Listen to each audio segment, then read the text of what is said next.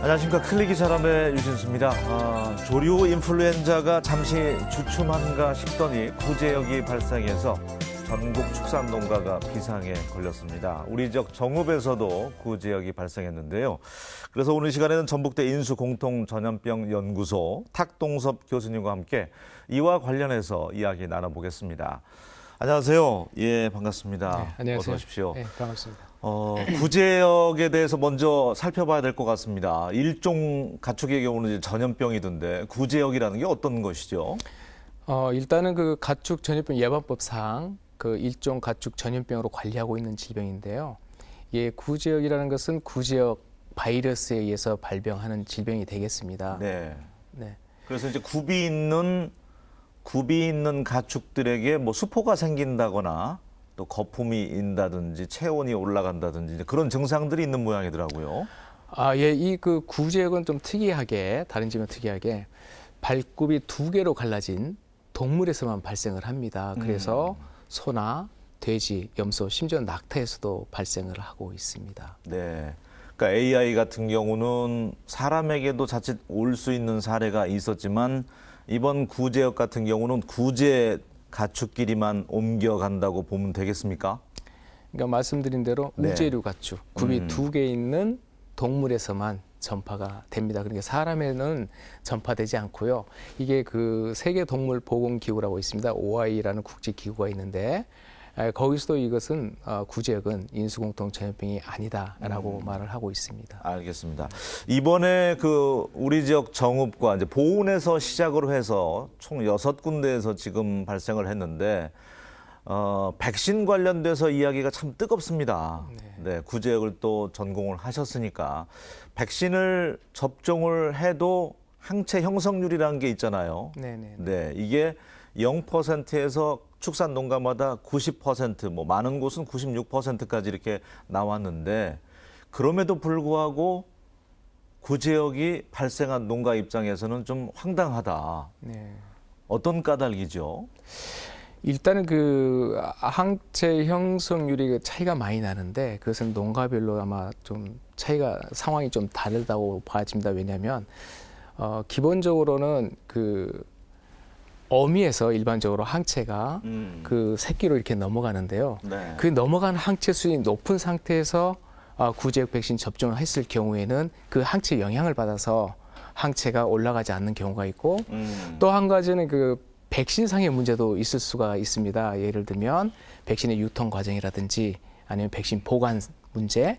예를 들면은 백신을 너무 낮은 온도에 얼려버린다거나 하게 되면 백신이 그 층분리가 일어나게 되고 그러면 효과가 전혀 없습니다. 또한 그 양축 농가에서는 약간 기분 나쁠 수도 있겠지만 네네. 혹시 접종이 잘못된 경우 접종 실수라든지 아니면 접종 부위를 잘못 선택했을 경우에도 그런 현상이 나타날 수가 있는데 이런 것들은 농장에 따라서 다양하기 때문에 거기에 대해서는 자세히 살펴볼 필요가 있다고 생각이 됩니다. 그러니까 백신을 어떻게 접종했느냐에 따라서 방법적인 문제도 있고 또 주기도 문제가 됐다고 지적사항이 나왔던 것 같아요. 주기는 지금 어느 시기에 지금 맞추게 돼 있죠? 1년에 한 2번 정도라고 하던 것 같은데요.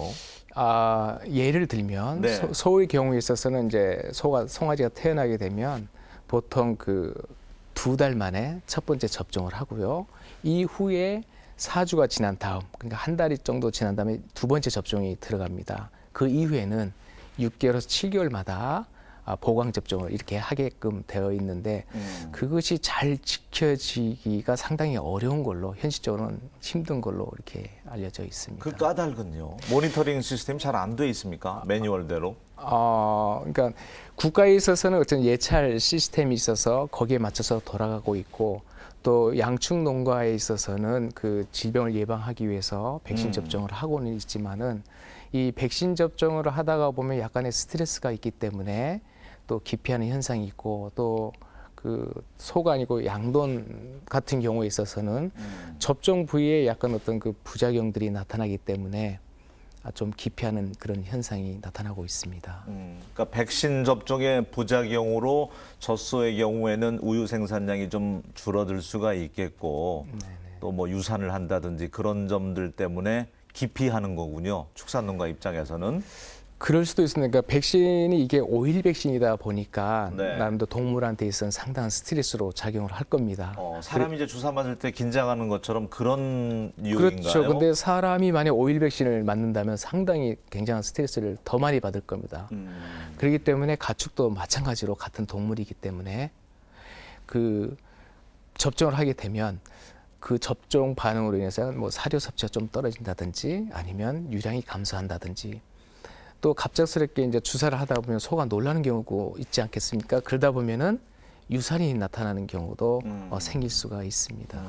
그러면서 이제 유구 같은 경우는 고기 가격이 또 하락할 수도 있어서 꺼리는 경우도 있겠네요.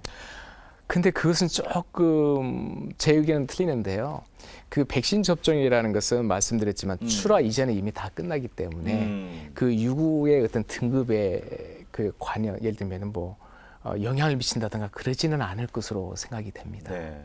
그러니까 이번 그 사태를 보면서 좀 이해가 안 되는 부분이 가축보건법상 그 항체 형성률 백신 접종을 했을 때 80% 이상이면 기준치 이상이잖아요. 어떤 방역 대책 기준에 있어서도 그럼에도 불구하고 구제역이 발병한 농가 입장에서는 상당히 이해가 안 된다. 백신 접종을 했음에도 불구하고 구제역이 발생했다는 거에 대해서 이 부분에 대해서는 어떤 생각이신지요? 일단은 그 백신 접종에 있어서 항체 형성률이 80%라는 의미는 일단 그 농장에 있어서는 백신 접종이 참 그 어떤 그 절차에 의해서 잘 이루어졌다고 판단할 수 있는 하나의 기준이 되고요. 네. 근데 중요한 것은 그 항체 수준이 80%라 하더라도 이게 과연 질병을 막을 수 있는 그런 항체를 갖고 있는 수준이 80%냐? 이건 조금 의미가 좀 달라집니다. 예. 풀어서 설명을 해주신다면요. 예를 들면은 그 현재 우리가 검사하고 있는 그 검사법 자체는 기준이 예를 들면 그 50%다 하면 네. 50% 이상만 되면 이제 양성으로 이게 보고 있습니다. 그렇지만은 실제적으로 어떤 그 구제역 바이러스가 들어와서 그 개체가 백신 맞은 개체가 그걸 방어를 하려면 네.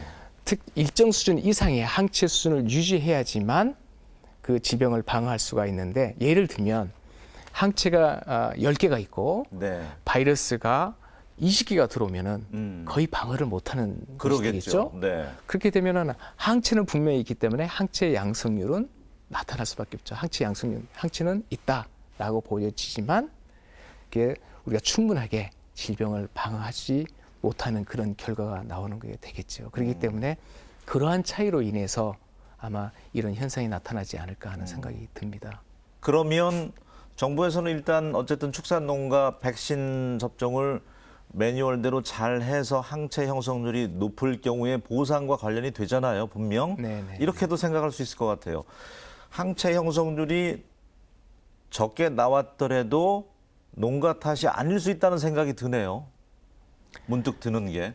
그것만으로 보상과 연관지어서 이야기할 수는 없을 것 같다는 생각이 드는데요. 항체 형성률이 높고 낮음에 따라서. 그렇지 않겠습니까? 그 부분이 상당히 좀 네, 민감한 부분이기도 상당한 한데. 민감한 부분이기 때문에 근데 현재 과학적으로 판단할 수 있는 근거는 어쨌거나 실험법을 통해서 증명하는 방법밖에 없습니다. 그렇기 때문에 정부에서도 이런 문제에 대해서 상당히 고민을 많이 하는 걸로 알고 있습니다. 왜냐하면은 어떤 그 백신을 접종해서 항체 형성됐을 때 이것을 우리가 뭐 칼로 물을 딱 베듯이 이 정도 수준은 백신 접종 안 했어. 아니면 이 정도면 됐어. 그렇게 판단하기 어렵거든요. 예를 들면 기준이 50%라 했을 때 49%가 나오는 경우도 있고 51%가 나오는 경우도 있습니다. 그러면 51%는 백신 접종을 했네. 근데 49%는 백신 접종했음에도 불구하고 항체가 올라가는 과정에 있을 수도 있잖아요. 그런 경우는 안 된 걸로 이렇게 판정을 하다 보면 양축 농가 입장에서는 정말 답답한 상황이 벌어지겠죠. 그렇기 때문에 정부에서도 이런 것을 보완하고자 예를 들면 뭐 백신을 구입을 했으면 구입 기록이라든지 아니면 백신 접종을 하는 어떤 행위가 있었다면 네. 그런 기록이라든지 그런 기록을 모두 그 취합을 해가지고 그걸 가지고 판단 기준으로 이렇게 삼는 것으로 알고 있습니다. 농가에게 안 맡기고요. 비용은 좀 들더라도 수의사가 직접 백신 접종을 하게 되면 어떻습니까? 매뉴얼도 잘 지켜질 것이고 백신 보관 상태도 뭐 미지근한 물에 어디는 뭐 타가지고 이렇게 했다고 하는데 원래는 냉장 보관해야 된다면서요. 일반적으로 백신 네. 같은 경우는 다 네. 냉장 보관하는 것이 원칙이고요. 근데 그걸 떠나서 예를 들면은 수의사들이 직접적으로 가축에 대해서 백신 접종을 한다면은 가장 이상적이겠지요. 그렇다면, 근데 그에 대해 뒷받침되는 것이 과연 그 예산을 어떻게 부담할 것이냐 그런 문제도 분명히 있을 겁니다. 그래서 사육 규모가 적은 데는 정부에서 지원을 해서 백신 접종을 유도를 하고 있고요. 네. 대단위로 사육하는 곳에 있어서는 농장 자체 내에서도 아마 관리 수의사라든지 전문가들이 있기 때문에 충분히 그런 부분은 이렇게 커버가 될 것으로 이렇게 생각이 됩니다. 50두를 기준으로 하는 것 네, 같더라고요. 맞습니다. 그 이상인 경우에는 이제 큰 농장이기 때문에 수의사도 고용해서 그렇게 네. 하는 것 같은데 소규모 농장의 경우에는 이제 국가에서 지원을 해준다. 네네. 어떻습니까? 구제역이라는 게 일제시대에 뭐 1930년대 좀 있었다가 2000년 초 넘어서는 뭐 매년 들어서는 것 같아요. 우리가 2010년에는 크게 한 번 맞았잖아요. 네네. 300 뭐 몇십만 두가 340, 살처분됐었고 예, 그렇습니다. 3조 원 가까이 예산이 나갔는데 이 막을 수 없는 까닭은 어떤 점 때문입니까? 이렇게 매년 발생하는 어떻게 오명을 안고 있잖아요, 우리나라가. 참 안타까운 현실인데요. 일단은 구지역이 어떻게 우리나라로 유입되다가 아니면 어떻게 발생했다는 그런 원인을 우리가 안다면 손쉽게 그 대책을 세울 수가 있겠지만은 질병이 어떻게 발생을 했는지를 알기가 무지하게 어렵습니다. 그렇기 때문에 정말 그 예방하기가 힘든 것이고요. 또 한 가지는 우리나라를 둘러싸고 있는 예를 들면 러시아라든지 예. 중국, 몽골, 그다음에 동남아시아 이쪽에 그러니까 태국이라든지 미얀마, 뭐 베트남 이런 쪽에 지속적으로 계속 그 구제가 발생을 하고 있거든요. 그렇기 때문에 어떻게 어느 순간에 얘네들이 이렇게 우리나라로 유입될 수 있는지를 우리가 알아내기는 상당히 어렵습니다. 그러니까 상당히 그렇기 때문에 저희들 효과적으로 이렇게 그 구제를 예방하기가 상당히 어렵습니다. 그래서 우리가 할 수 있는 방법은 철저한 그 농장에 있어서는 바이러스가 농장 내로 유입되지 못하도록 차단하는 것이 가장 중요하고요. 네. 그렇기 때문에 국가에서도 정부에서도 차단 방역 그런 개념을 상당히 많이 도입을 합니다. 그러니까 차단 방역이라는 것이 무엇이냐면 농장으로 들어올 수 있는 것들, 예를 들면 사람도 올 수가 있잖아요. 차량도 네. 있을 수 있고요. 그런 그 사람에 대한 소독이라든지 아니면 통제라든지 차량도 사료 차량, 분뇨 차량들이 있는데 그런 것도 뭐 철저한 소독이라든지 아니면 농장과 일정 거리를 둬서 직접 농장과 이렇게 접촉하지 못한다든지 심지어는 그 야생동물도 기계적으로 이렇게 묻어서 또 옮길 수도 있거든요. 그러니까 야생동물이 또 농장 내로 못 들어야 한다든지 그러한 차단 방역이 가장 중요하고 네. 그 다음에 이제 두 번째로 할 수 있는 것이 그러니까 백신 접종을 통해서 우리가 튼튼히 이 방어벽을 구축하는 그런 시스템이 우리가 질병을 예방할 수 있는 최선의 방법이 아닐까 하는 생각이 듭니다.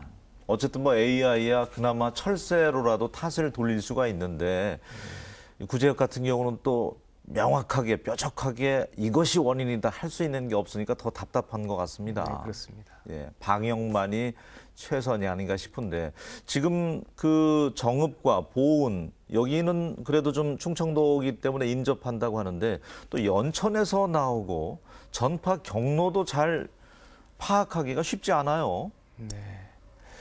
실제적으로 거리상으로도 상당히 지금 멀리 떨어져 있는 곳에 또 나왔잖아요. 네네네. 네. 그런 걸로 봐서는 지금 그 O형이 지금 정읍과 보은도 상당히 거리가 있고 했기 때문에 저의 생각으로는 아마도 산발적으로 더 발생할 가능성이 상당히 높다고 보여집니다. 그렇기 때문에 아까 말씀드린 대로 농가에서는 현재는 차단 방역이나 백신이 가장 우선시 돼야 되고요. 그 다음에 그 연천에서 이제 A형이 발생했는데 이게 가장 큰 문제점인 것 같습니다. 네. 왜냐하면 우리나라에서는 과거에 2000년대부터 발생했던 거 보면 쭉 발생하고 거의 O형이 있기 때문에 O형의 대지는 O형의 치중을 많이 했고요. 물론 이제 2010년에 그 1월에 포천에서 A형이 발생한 바는 있습니다. 그래서 요 올해 연천에서 발생해 두 번째 발생이긴 하지만 그 A형에 대해서는 일단은 이제 O형과 A형은 소 백신에 대해서 이제 백신 접종을 하고 있고 돼지는 워낙 O형으로 인해서 피해가 많았기 때문에 O형에 초점을 맞춰서 했는데 이제 그 연천에서 A형이 발생하다 보니까 돼지로 갈 가능성은 얼마든지 있습니다. 왜냐하면 아까 말씀드렸다시피 구적이라는 것은 발굽이 두 개 가진 동물들은 다 가기 때문에 네. 그런 가능성이 상당히 높아서 현재 상태로서는 돼지까지 그 A형 백신이 들어간 예방약을 공급하기는 좀 수급 조절에 있어 상당히 문제점이 되기 때문에 네. 원활한 수급이 되기 전까지는 아까 말씀드렸다시피 농장 내로 병원 제가 유입되는 것을 막는 차단 방역이 가장 지금으로선 최선의 방법이 아닌가 하는 생각이 듭니다. 네. 뭐 다 텔레비전 시청하거나 뉴스 보셔서 아시겠지만 O형, A형 말하는 게 이게 블러드 타입은 아니고 바이러스 타입인데 네네. 지금 그동안 소 관련돼서 O형이 많이 들어오다 보니까 총 7가지가 있다고 그런 것 같아요. 네, 타입이. 맞습니다. 네, 예. 그런데 이번에 연천에서는 A형이 지금 왔다는 거죠. 네, 이게 그렇습니다. 이제 베트남에서 유입될 가능성에 대해서 초점을 두고 있던데 맞습니까? 베트남 돼지에서. 예. 지금 네. 그 정부에서 우리 국내에서 발생한 예를 들면 O형에 대한 유전자 분석을 했습니다. 예. 유전자 분석을 해보니까 일단 O형은 2016년 러시아에서 발생한 구제역과 유전자의 그 상동성 일치도가 거의 한 99.4% 일치하는 걸로 나타났고 A형 같은 경우에 있어서는 말씀하신 대로 베트남의 소 돼지에서 발생한 구제역에서 분리한 그 바이러스의 유전자를 비교해 보니까 99.8%의 일치율을 나타냈으면 심지어 미얀마에서 발생한 것도 한 99.7% 이런 것을 종합적으로 판단을 해 보면 아마도 외국에서 이 바이러스가 유입되지 않았을까. 또 한 예로는 그 올해 발생했던 그 A형 연천에서 네. 발생했던 A형 같은 건 한 91.4%밖에 일치를 하질 않아요. 그런 걸 봤을 때는 이런 결과를 근거로 했을 때는 아마도 국내에서 뭐 있던 것보다는 외국에서 어떤 형태로인지 유입되지 않았을까. 그렇게 정부에서는 판단하고 있는 것 요즘 같습니다. 뭐 해외여행도 자주 다니고 하니까요. 네, 그렇습니다. 그러니까 요약해 보면 지금 보은과 정읍은 바이러스 타입이 O형이 나왔는데 연천에서 지금 A형이 나왔다는 얘기죠. 네. 그런데 동시에 이렇게 O형과 A형이 발생한 건 지금 처음이라고 그런 것 같아요. 네, 맞습니다. 그런데 우리는 그동안 O형이 많이 발생했기 때문에 백신을 O형을 치료할 수 있는 백신을 많이 확보해 놨는데 A형이 나오다 보니까 그나마 지금 나와 있는 A형으로는 치료할 수 있는 백신이 좀 부족하지는 않지만 이게 돼지로 옮겨갈 경우는 이제 난리가 난다는 거 아니겠습니까? 예, 그렇습니다. 돼지는 사육도수가 소보다 훨씬 3배 정도가 많기 때문에 또 한 가지 유념해야 될 것은 뭐냐면 예. 돼지 같은 경우에 있어서는 소에 비해서 바이러스 배출량이 1000에서 한 3000배 정도 많습니다. 공기 중으로 일단 돼지에서 배출하는 게 뿜어내는. 예. 그러다 보니까 밀집 사육하게 되 보면 이게 전파할 수 있는 속도가 또 빨라지는 확률이 높고요. 하기 때문에 어떻게 보면 돼지에 대해서 우리가 좀 더 신경을 더 많이 써야 되지 않을까 하는 생각도 듭니다. 백신 개발에 2010년 그렇게 크게 맞고 난 다음에 11년부터 이제 본격적으로 정부에서는 백신 정책으로 가겠다 내놓았는데 이번에도 이제 뭐 물 백신이다 이런 얘기가 나오잖아요. 어쨌든 백신 관련돼서 외국 회사에만 우리가 의존하는 건 아니냐. 물량이 필요하면 한국형으로 토착형으로 빨리빨리 만들어서 공급을 하면 더 좋을 텐데 우리 기술력이 없는 건 아니잖아요. 수조 원을 지금 백신에 쏟아부었는데도 효과를 보지 못하는 까닭은 어디 있습니까? 저희들이 기술력이 없다고는 보지는 않습니다. 네네. 저희들도 상당히 분명히 있죠. 수준은 상당히 높다고 보고요. 2010년도에 구제역이 전국적으로 발생하고 그때 당시 한 뭐 340여만 이상의 동물이 살처분되고 하다가 보니까 정부에서도 이제 살처분 정책으로는 안 되겠다. 그리고 백신 정책으로 전환을 했습니다. 그러다 보니까 구제역 백신에 대한 국산화의 필요성이 대두가 됐고 그래서 2011년부터 농림축산검역본부를 중심으로 해서 예. 백신 국산을 해서 연구를 아주 꾸준히 지속을 해오고 있고요. 아마도 머지않아서는 아마 국산화된 우리나라 실정에 맞는 맞춤형 백신이 나올 것이다 이렇게 믿어지고 있습니다. 구제역 백신 센터는 가동이 지금 잘 되고 있지는 않아 보이던데 어떻습니까?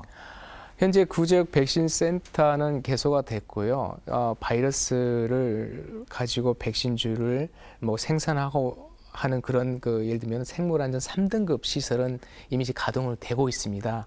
그런데 단지 조금 아쉬운 부분은 그 동물을 이용해서 실험할 수 있는 동물 이용 생물안전 3등급 시설은 현재 인증을 준비 중에 있습니다. 아마 곧 인증 받을 거로 예상이 됩니다. AI 같은 경우도 이제 동시에 와서 바이러스 유형이 상당히 이제 충격적이었는데 이번에도 이제 O형과 A형이 함께 오면서 지금 굉장히 긴장 상태인데요. 심각 상태까지 최고 단계까지 지금 내려져 있는 상황이잖아요. 돼지로 옮겨갈 가능성에 대해서도 좀 열어둬야 되는 건데 어떻습니까? 그렇게 돼서는 안 되겠는데요.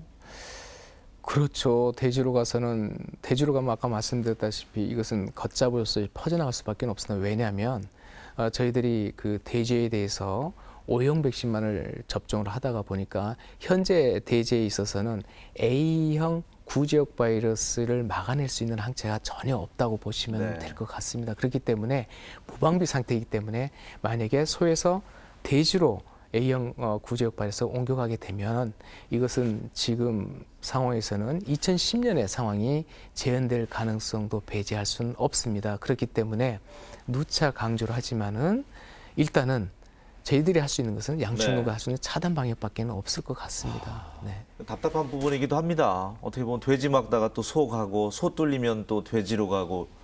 네. 그러니까 일관성 있게 뭐 매뉴얼을 좀 갖춰놔야 되는데 시스템적으로 이런 부분들은 안 오기만을 바라야 된다는 점들이 참 안타까워 보이는데 유제품이라든지 또 뭐 고기라든지 이런 부분에 대해서 또 걱정을 하는 분들이 계시는 것 같아요. 네. 먹어도 되는 건지 이런 문제 터지면 늘 걱정하는 부분이기도 하잖아요. 네. 어떻습니까? 일단 그 구제역 바이러스 자체가 아까 말씀드렸다시피 인수공통 전염병이 아닙니다. 인수공통 전염병이라 하는 것은 사람에 걸렸던 어떤 병원체가 동물로 넘어갈 수도 있고 동물에 걸렸던 병원체가 사람으로 넘어올 수가 있는데 구제역 같은 것은 구제역은 그런 질병이 아니기 때문에 일단은 사람에 감염이 안 된다는 것을 참 다행으로 생각을 하고요. 또 중요한 것은 만약에 구제역에 감염된 고기 그것은 유통이 안 되겠죠. 유통이 당연히 안 되는 것이기 때문에 살처분하기 때문에. 네, 맞습니다. 실제적으로 질병에 걸린 동물의 유래 식품이 유통된다는 것은 있을 수 없는 일입니다. 그런 부분에 대해서는 좀 안심하실 필요는 있을 것 같고요. 또 실제적으로 구제역 바이러스 자체가 열에 대해서 좀 되게 불안정합니다. 그러니까 50도씨만 넘어도 그렇죠. 뭐 죽게 된다면서요. 네, 56도씨에서 30분만 처리하더라도 구제역 바이러스는 다 사멸하기 때문에 예를 들면 우유 같은 경우도 뭐 열 처리를 해서 먹지를 않습니까? 그러니까 뭐 크게 안심하셔도 될 것 같습니다. 네. 어쨌든 오늘 이야기 나누면서 문득 드는 안 좋은 생각은 7가지 타입이라고 그랬잖아요. 바이러스가 O형, A형이 있는데 네네. A형하고 O형하고 발생한 게 동시에 발생한 게 생경한데 다른 타입이 오면은 또 완전 무방비 상태구나. 확률적으로는 적다고 하지만 그런 우려도 한켠으로는 생긴 것 같습니다. 혹시 그럴 수도 있습니까? 새로운 타입이 들어올 수도? 그건 모르는 거잖아요. 그것은 제가 말씀드렸다시피 요새는 워낙 그 여행의 자유라든지 아니면 그 교통편이 완전히 발달됐기 때문에 그 아프리카에서 발생하는 SAT 뭐 1, 2, 3형 같은 경우는 아직까지는 이 아시아 쪽에서는 발생한 적은 없지만 어떤 경위를 통해서 아까 말씀하신 예를 들면은 뭐 구제에 감염된 고기라든지 아니면은 심지어 뭐 육포 하여튼 그런 그 축산물 유래 그런 것들을 뭐 가지고 들어온다든지 하게 되면 어느 순간에 우리도 모르는 사이에 그런 질병이 발생할 가능성은 상당히 많습니다. 그렇기 때문에 그런 경우에 있어서는 일단은 그 정부에서는 국내에서 예를 들면은 백신 접종 유형이 아닌 새로운 형태의 어떤 구제역 바이러스가 유입되게 되면 바로 그 살처분 정책에 들어가게 되는 것이죠. 네. 그래서 질병이 전파되는 것을 신속하게 차단하는 그러한 매뉴얼을 다 갖고 있는 걸로 알고 있습니다. 교수님께서 이제 이곳에 오시기 전에 이제 검역관 생활을 오래 하셔서 그런 경험이 이제 많으실 걸로 압니다. 실제로 그렇게 불법이죠, 어떻게 보면 뭐 육포라든지 고기류라든지 이걸 비행기를 통해서 해외에서 가져오는 분들이 더러 있던가요? 그렇게 금수 조치를 하는데도. 실제로 저는 이제 검역관은 아니고요. 네. 그 수의 동물 질병에 대해서 연구했던 그 연구원이었습니다. 그렇지만은 어차피 저희 이제 제가 근무했던 검역본부 사례를 보면은 그렇게 해도 갖고 들어오신 분이 있나 봐요. 여전히. 왜냐하면은 그 네. 중국이나 그런 데서 예를 들면 누가 선물로 준다든지 아니면 너무 맛있으니까 조금 싸가지고 이렇게 포장해서 들어오다 걸리는 경우가 많은 것 같습니다. 네. 그래서 절대 구적이 발생한 나라에서 유래한 축산물이나 그런 것들은 절대 갖고 들으면 안 됩니다. 작은 불씨 하나가 이렇게 크게 다 태울 수가 있다는 걸 경각심을 좀 맞습니다. 가져야 되겠습니다. 네. 마지막으로요. 선제적 대응은 방법이 없겠습니까? 이 구제역 발생 오명을 좀 벗어나가기 위해서는. 다각적으로 그런 그 대책을 이제 찾아야 되는데 결국은 이런 것 같습니다. 그러니까 어떤 질병에 대해서 정보 주도적으로 한다는 것은 저는 맞지 않다고 생각합니다. 네. 왜냐하면 실제로 자기 재산은 자기가 지켜야 되는 것이 원칙인 것 같고요. 그렇기 때문에 물론 이제 그 양축 그러니까 축산 관계자분들이 좀 기분이 나쁘시긴 하겠지만 그래도 자기 동물을 누가 지키겠습니까? 본인들이 지켜야 되겠죠. 그렇기 때문에 일단 질병이 들어오지 못하도록 계속 강조하는 얘기지만 차단 방향이 가장 중요하다. 그리고 어떤 그 질병에 맞는 예방약을 2차 접종으로 접종을 해서 네. 질병을 방어할 수 있는 그런 체계를 만드는 것이 맞고 정부에서는 정부 나름대로 특정 지역에서 질병이 발생했을 경우에는 그런 질병이 다른 지역으로 퍼지지 않도록 네. 이건 체계적인 어떤 매뉴얼을 가지고 신속하게 대응할 수 있는 그런 시스템을 계속해서 개발하는 것이 필요하다. 저는 이렇게 생각이 됩니다. 알겠습니다. 오늘 구제역 관련돼서 우리 지역 정읍에서도 또 발생을 했고요. 항체 백신 접종 후 항체 형성률에 대해서 워낙 뜨겁다 보니까 전문가 모시고 얘기를 나눠봤는데 구제역 관련돼서는 정말 더 이상 소 잃고 외양간 고치는 격이 안 됐으면 좋겠습니다. 오늘 어려운 발걸음 해주셔서 고맙습니다. 네, 감사합니다.